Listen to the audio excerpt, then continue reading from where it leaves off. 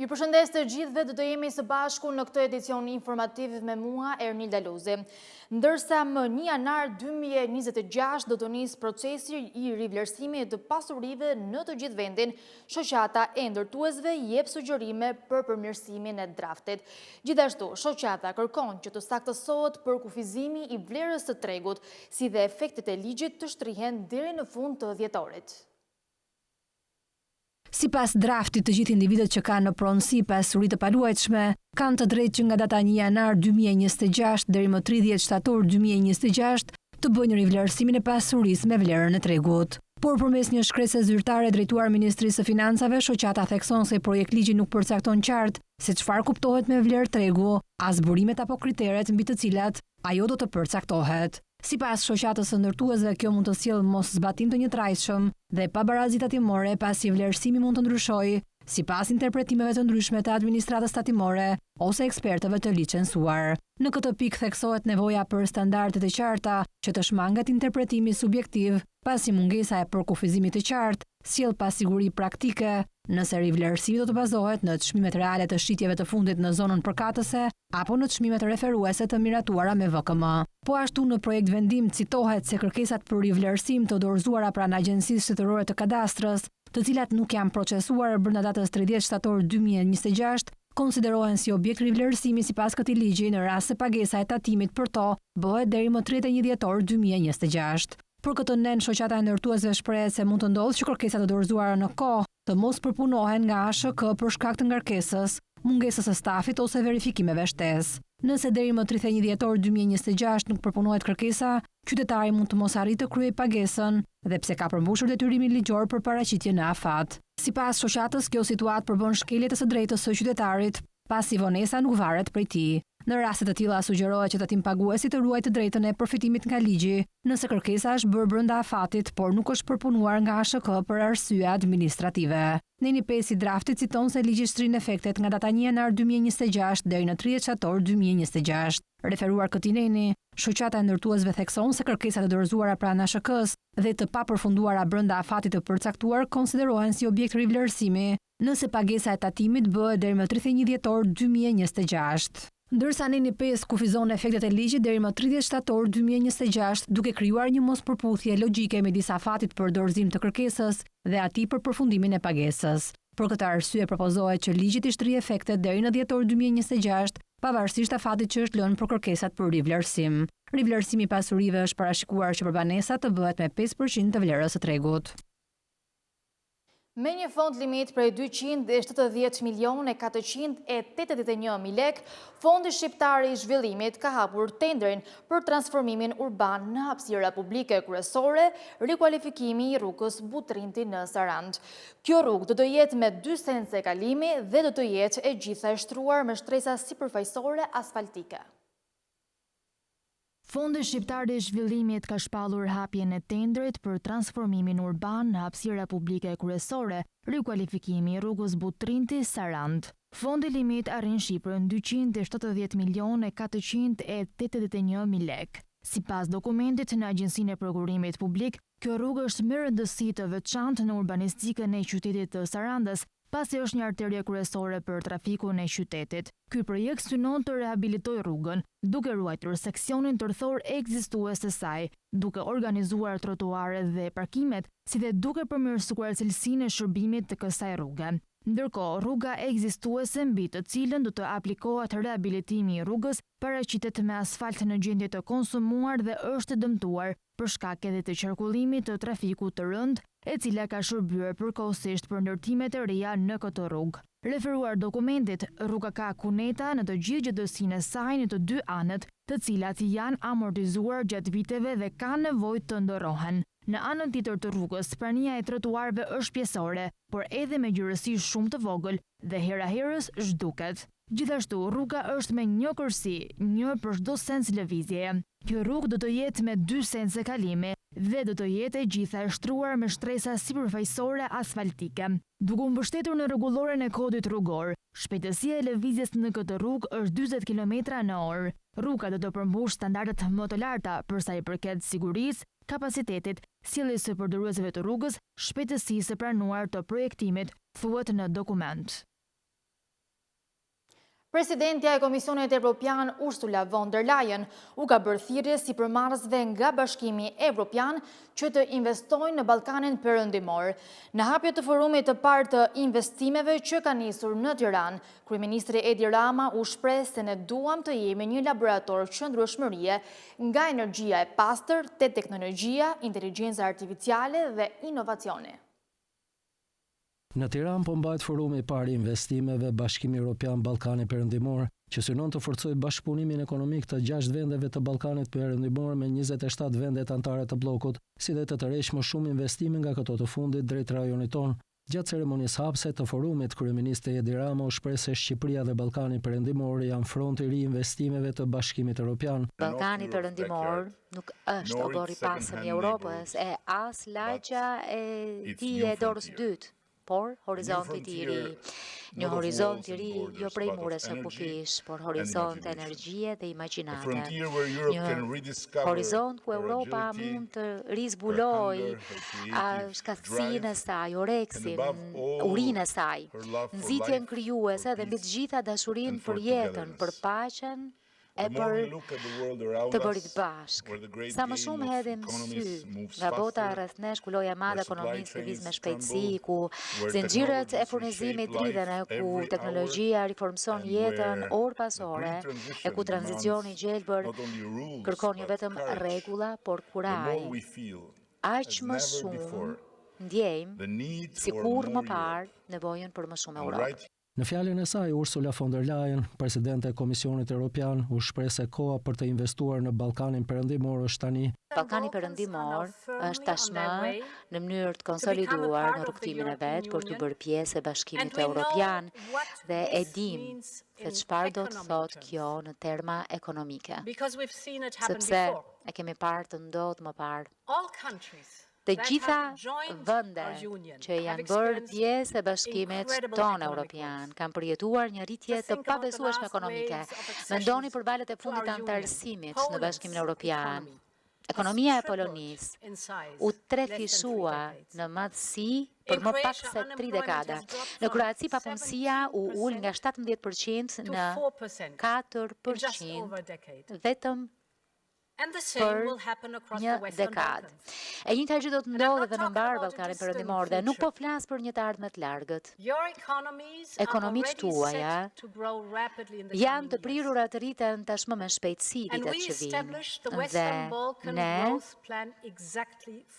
e miratuam planin e rritjes për Ballkanin Perëndimor saktësisht për këtë arsye. I mbështetur nga Komisioni Evropian, ky forum 2 ditor synon të forcojë bashkëpunimin ekonomik dhe mundësitë e investimit midis vendeve të Ballkanit Perëndimor, Shqipëria, Bosnia dhe Hercegovina, Kosova, Malezi, Maqedonia e Veriut dhe Serbia, si dhe shteteve anëtare të Bashkimit Evropian. Sipas Bankës së Shqipërisë, vendet e Bashkimit Evropian kanë investuar rreth 336 milion euro, që përbën rreth 44% të totalit të investimeve direkte në Shqipëri në 6 mujorin e parë të vitit 2025. Italia, Holanda, Austria dhe Gjermania rezultojnë si investitorët kryesor evropian, duke dominuar ndjeshëm mbi vendet e tjera të Bashkimit Evropian. Shtetet e Bashkimit Evropian vijojnë të mbeten burimi kryesor investimeve direkte në Shqipëri, duke kontribuar me gati gjysmën e kapitalit huaj në 6 muajt e parë të vitit 2025, sipas të dhënave të Bankës së Shqipërisë. Shifrat e publikuara tregojnë se Italia dhe Holanda kryesojnë listën e investitorëve evropian, ndërsa prurjet nga vendet e tjera si Gjermania, Austria dhe Franca shfaqin luhati të lehta në krahasim me vitet e kaluara. Vendet e Bashkimit Evropian kanë investuar rreth 334 milion euro, që përbën rreth 44% të totalit të investimeve direkte në Shqipëri në 6 muajin e parë të vitit 2025, pa marrë në konsiderat prurjet nga burimet konfidenciale. Sipas të dhënave zyrtare për fluksin e investimeve të huaj direkte në Shqipëri, totali i përgjithshëm për periudhën janar-qershor të vitit 2025 arriti në 759 milion euro. Nga kjo shumë, Italia, Holanda, Austria dhe Gjermania rezultojnë si investitorët kryesorë evropian, duke dominuar ndjeshëm mbi vendet e tjera të BE-s. Italia ruan pozicionin e saj si investitori më i madh nga Bashkimi Evropian me 89.13 milion euro. Holanda ndjek me 85.04 milion euro, duke konfirmuar rolin e saj si qendër ndërmjetëse për kapitalet e huaja që hyjnë në Shqipëri. Austria mban vendin e tretë me 67.69 milion euro, ndërsa Gjermania rënditet e katërta me 51.48 milion euro. Franca, Bullgaria, Greqia dhe Shqipëria përbëjnë pjesën tjetër të investimeve europiane me shuma më të vogla që varojnë nga 2 deri në 10 milionë euro secila. Këto investime janë kryesisht orientuara drejt sektorëve strategjik dhe përforcojnë marrëdhëniet ekonomike midis Shqipërisë dhe vendeve anëtare të Bashkimit Evropian. Analistët nënvizojnë se ky trend pozitiv tregon besimin e investitorëve europian në stabilitetin ekonomik dhe potencialin e rritjes së vendit. Platforma zyrtare digjitale për shërbimet e transportit ndërqytetas në Shqipëri, e-transport, po njeh një rritje të vazhdueshme të përdorimit nga qytetarët. Sipas të dhënave zyrtare, për periudhën janar-gusht 2025 janë regjistruar mbi 41.000 përdorues aktiv. Platforma zyrtare digjitale për shërbimet e transportit ndërqytetas në Shqipëri, e-transport, po njeh një rritje të vazhdueshme të përdorimit nga qytetarët. Sipas të dhënave zyrtare, për periudhën janar-gusht 2025 janë regjistruar mbi 41.000 përdorues aktiv, ndërsa janë shfletuar plot 286.000 faqe, një tregues i qartë i rritjes së interesit të qytetarëve për këtë shërbim. Në një kohë kur digitalizimi i shërbimeve publike po bëhet gjithnjë më i rëndësishëm, vetëm gjatë muajit gusht 11.219 përdorues kanë qenë aktiv në këtë platformë, duke regjistruar mbi 75.000 faqe të shfletuara. Ndërsa në 12 muajt e fundit, numri total i përdoruesve aktiv ka arritur në 52.000 dhe 29.000 prej tyre janë regjistruar vetëm në 90 ditët e fundit. Rritja është e ndjeshme edhe nga muaj në muaj. Në qershor u shënua një rritje prej 86.2% krahasuar me muajin maj. Në korrik u shënua një tjetër rritje prej 34.8% dhe në gusht plus 11.8% krahasuar me muajin paraardhës. Platforma zyrtare digjitale e-transport është një platformë bashkëveprimi midis udhëtarit, shoqërive të transportit, agjencive të transportit dhe terminaleve e stacioneve kombëtare shqiptare për shërbimet e transportit ndërqytetas në Shqipëri. E-transport ofron informacione të përditësuara për linjat orare, stacionet dhe rezervimet elektronike në shqip dhe në anglisht përmes vetëm një kërkimi me anë të celularit, duke mundësuar udhëtime më të sigurta, transparente dhe komode për qytetarët. Autoriteti rrugor shqiptar ka nisur punimet për riparimin e nënshtresave dhe shtresave asfaltike në aksin Vor-Ura e Dajlanit në autostradën Tiranë-Durrës. Punimet me vlerë 50.8 milion lek po zhvillohen me qëllim përmirësimin e cilësisë dhe sigurisë së këtij segmenti rrugor. Autoriteti rrugor shqiptar ka nisur punimet për riparimin e nënshtresave dhe shtresave asfaltike në aksin Vor-Ura e Dajlanit në autostradën Tiranë-Durrës. Punimet po zhvillohen në kuadër të projektit emergjencë për riparimin e nënshtresave dhe shtresave asfaltike, me qëllim përmirësimin e cilësisë dhe sigurisë së këtij segmenti rrugor, që prej datës 13 tetor është parashikuar bllokimi i qarkullimit. Do të shkojmë njëherë drejt për së drejti me forumin e investimeve Bashkimi Evropian, Ballkani Perëndimor, ku i pranishëm është dhe kryeministri Edi Rama. Artificial intelligence mund të ndikojë dhe mund të ndihmojë në lidhje me zgjidhjen e disa problemeve në edukim, në shkencë, në shëndetësi dhe në fushat e tjera si në smart cities, në pjesën e komunikimit, transparencës dhe cyber security. Unë dua t'ju falenderoj gjithëve, se nuk kanë qenë thjesht 161 aplikime, por mbi 200 pjesëmarrës në këtë hackathon. Kjo tregon edhe një herë dëshirën e madhe që qeveria shqiptare ka për të ndërtuar një ekosistem. Unë nuk e shoh këtë hackathon si një garë, si një kompeticion, se kush do t'jetë më i miri. Sigurisht ka ide që janë të përpunuara, ka ide të cilat janë akoma në fazën fillestare, por ne duhet jemi këtu ata që krijojmë të ekosistemin dhe lidhjen që nga një ide të kalojmë në një produkt. Nga ky produkt jetë një produkt i cili kompanitë private, por pse jo, edhe institucionet shtetërore dhe publike mund ta qasin idenë dhe të krijojmë ura bashkëpunimit që nga ideja të lëvizim në një produkt. Zbashku me kryeministrin sot, ne kemi dhe një përfaqësues nga administrata shtetërore në nivel ministra, të cilët do të jenë pjesë e jurizë e vlerësimit, në 21 ide të cilat neve si grup organizator na kanë pëlqyer më shumë, jeni selektuar dhe përzgjedhur për të përfaqësuar dhe për të përshëndetur edhe këtë konferencë 9 ide më të mira, të cilat juve sot do bëni pitching në përballë me këtë juri. Mirlinda, e dashur Linda Kaçanaj, drejtoreshe përgjithshme e Akshit, që është dhe kryetare e juris, ministra e nderuar Delina Ibrahimaj, ministra e ekonomisë dhe inovacionit, kemi këtu ministrin Ervin Demo, ministri i shtetit për pushtetin lokal, pasi shumë dhe nga idet kanë ardhur në dimensionin e Smart Cities, dhe një mik i ri tashmë i Shqipërisë dhe i Ballkanit Perëndimor, Hoabin Agjeman, i cili është përfaqësues i Bashkimit Evropian dhe është drejtor i njësisë për investimet private në Komisionin e Bashkimit Evropian. Zoti Kryeministër, do doja pa humbur kohë, t'ju kaloja fjalën juve, dhe me një shumë respekt dhe shumë dashuri për gjithë dedikimin dhe gjithë përkushtimin gjatë gjithë këtij procesit, sepse ishit ju dhe thirrja juaj në rrjetet e juaja mediatike dhe sociale që bën që të kishim një boom aplikimesh dhe vizioni juaj si një lider që po, teknologjia dhe inteligjenca artificiale tashmë janë konkrete edhe në Shqipëri. Fjala është për ju.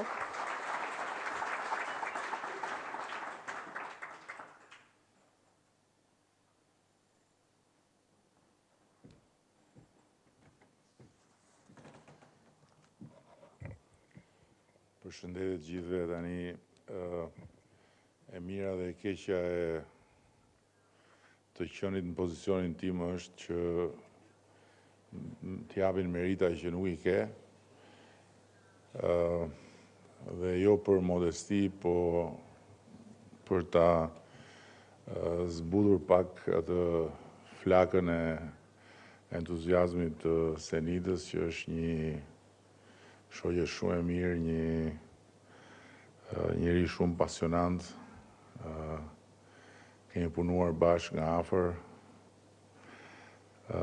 Dua të theksoj që kjo e sotmja është puna e disa njerëzve të tjerë dhe natyrisht unë kam bërë pjesën time, por më duhet të vlerësoj në mënyrë shumë të posaçme Senidën vetë.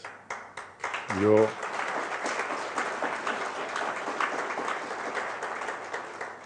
për t'i kthyer atë fjalën e mirë, por sepse realisht edhe prania ime sot këtu është rezultati i kërcënimit direkt që i bëri Senida zyrës time, duke abuzuar me lidhjen e vjetër që ka me asistentet e mia, edhe të cilat më thanë që atje duhet të shkosh patjetër sepse Senida ka thënë kështu. Tani se çfarë ka thënë unë nuk ja u them juve. Ndërkohë që dua të falenderoj po ashtu edhe Delinën për punën e saj pasionante në raport me këtë botën e vogël por shumë të madhe të inovacionit dhe të njerëzve që merren me inovacion. Është një përpjekje që Delina e ka nisur si ministre e sipërmarrjes dhe që tani sigurisht do ta vazhdoj dhe ta çoj më tutje si ministre e ekonomisë dhe inovacionit. Dhe sigurisht dua të falenderoj Lindën Kaçanajin, drejtoren e Akshit, që është edhe, si thua, flamuri i kësaj përpjekje, një përpjekje që ka nisur me flamurin të vendosur në një varg të vogël që ishte Akshi i asaj kohe, dhe që tani është bërë një anije e cila vërtet na nderon, por edhe na motivon dhe na frymëzon, pasi shohim se sa shumë mund të bëjmë akoma.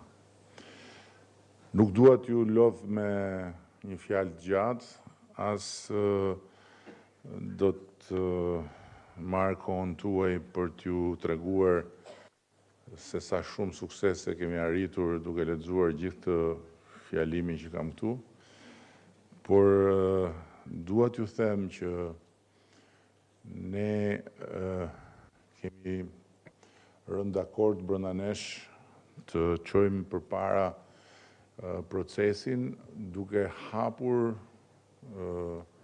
dyert e qeverisë për të gjithë inovatorët dhe duke krijuar një hapësirë të përbashkët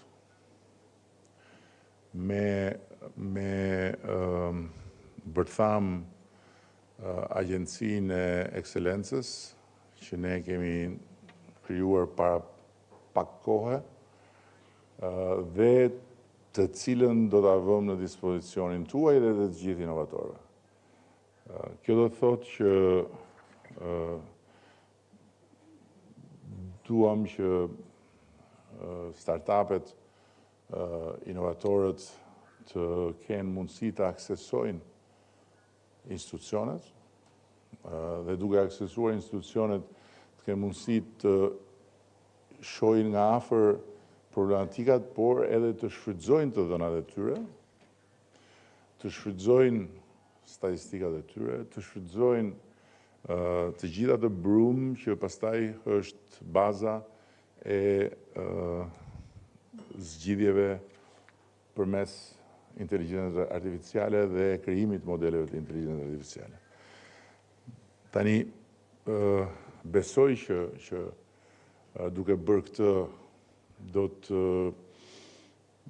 ndodhë ajo që ndodhë gjithmonë me këtë sektora, me këtë fushë, me këtë botë, që do mësojmë shumë gjëra të reja nga njëri tjetri, dhe që do prodhojmë produkte të reja. Ne kemi sfidën të krijojmë një akselerator shumë të fuqishëm në mbështetje të ministres sonë të inteligjencës artificiale, që është vetë inteligjencë artificiale, dhe natyrisht që ky akselerator do të bazohet tek ju, tek kapitali njerëzor që ne kemi brenda Akshit apo brenda Agjencisë së Ekselencës, dhe me këtë sinergji do të mundohemi që çdo njërit nga institucioneve qendrore ti zgjerojmë trurin me inteligjencë artificiale. Ky është plani. Ndërkohë që këtu më thanë që janë 161 ide të paraqitura, është bërë një seleksionim paraprak, do vazhdoj një garë tjetër në dijenin time dhe në ndërkohë njëri do të shpërblehet me një vajtje në Finland për të marrë pjesë atje në një nga këto betejat që zhvilloni ju me mullit e erës. Nuk di çfarë të shtoj më shumë për të mos u marrë kohën, se kam shumë gjëra për të thënë, por di që kam shumë besim, kam shumë më tepër besim se sa që mund ta mendoni ju dhe sa që mund të duket, dhe një gjë është e sigurt, kam më shumë besim se të gjithë tjerët që juve mund të takoni, që nuk janë pjesë e botës tuaj, tek bota juaj dhe tek ju. Është një bekim i madh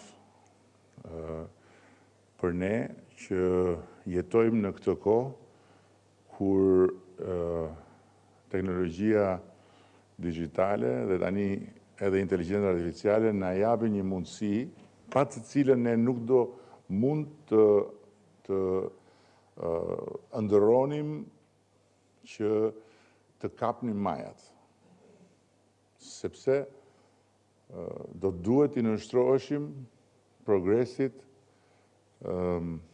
linear të zhvillimit, i cili impononte gjithmonë që vendet më pak të zhvilluara ose vendet në zhvillim të mbeteshin gjithmonë mbrapa atyre të zhvilluarve, sepse çdo gjë e re që zhvillimi sillte i takonte në radh para atyre dhe pastaj vinte deri tek ne. ose e thënë ndryshe, nëse dilte një makinë shkrimi e re, apo një kompjuter i ri, do ta merrnin një herë ata, dhe pastaj kur të vinte deri tek ne, atje do kishte dalë makina e re e shkrimit apo kompjuteri tjetër i ri. Ndërkohë që sot është krejt ndryshe. Madje, duke qenë se burokracia jonë, se strukturat tona nuk janë aq solide dhe aq të sofistikuara dhe aq të rënda sa po themi në vendet zhvilluara si Gjermania apo Franca, atëherë bëhet më lehtë që ne t'i drejtohemi këtyre zgjidhjeve për të bërë kapërcime dhe për të kaluar në fazat e reja të zhvillimit. Dhe natyrisht, duke qenë se këtu, në këtë pikë, fokusohet edhe ambicia për zhvillime befasuese, atëherë kjo ju bën të gjithëve ju jashtëzakonisht të rëndësishëm. Jashtëzakonisht të rëndësishëm, një kapital strategjik njerëzor për vendin tonë. Ju falenderoj shumë për të gjithë përpjekjen që keni bërë deri më tani dhe besoj që jo vetëm nuk do t'ju mungoj vëmendja, por ne nuk do të kursejmë mbështetjen për të gjithë inovatorët me të gjitha mundësitë që kemi. Dhe ndërkohë mezi pres që Ministria të organizojë kuvendin e parë, ose më saktë sesionin e parë të kuvendit që kemi rënë dakord me ju, të ngrem dhe ta mbledhim një herë në 4 muaj për të diskutuar për çfarë po bëjmë, çfarë mund të bëjmë dhe për të analizuar së bashku e për të ndërruar së bashku. Shumë faleminderit. Duhet bëj gjë tjetër unë këtu? Jo, se më thatë që është njëri që do shkojnë, ose njëra, nuk e di, është njëri apo njëra, që do shkojnë në Finland. Po unë s'kam lidhje me ta sot tani në këtë moment, që të them hajdeni këtu, se unë do të... Okej, kjo ishte fjala ime, shumë faleminderit.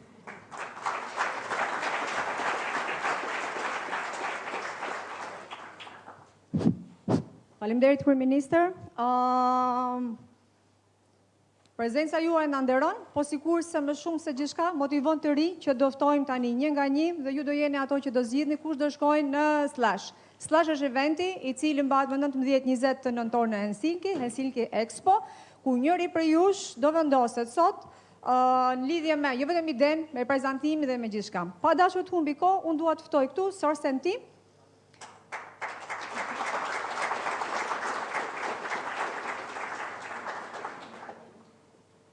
Minutazhin e dini. Mund të përdorni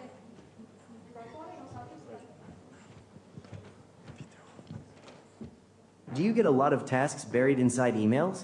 Deadlines missed, lost context, or endless searching just to find that one important message? Meet Sourcent, your AI-powered email and task management app. Sourcent organizes your inbox automatically and turns every email into a clear, trackable task. It analyzes every email, understands the context, and automatically groups them into smart topics. When an email includes a task, Sourcent extracts it and sets a due date. You and your team always knows what to do and when. All your tasks from all your emails in one place. Track progress, set priorities, and stay ahead. Need answers fast? Ask Sourcent AI. It can instantly find the right email, summarize conversations, track client updates, or highlight what's most important. With Sourcent, your inbox works for you. Stop wasting time on email overload and missed tasks. Start using Sourcent today, and as a bonus, the first 300 users enjoy 3 months of all features free.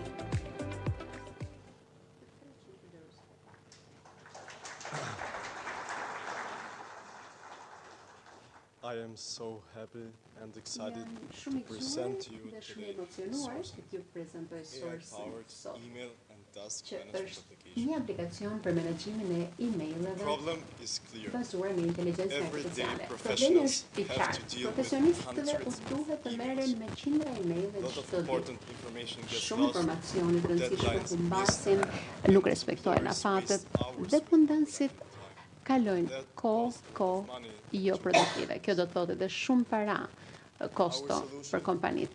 Zgjidhja jonë është SourceSend. Inteligjenca artificiale do të jetë ajo që do të analizojë emailet tuaja, do t'i kategorizojë ato dhe do t'i transformojë në detyra.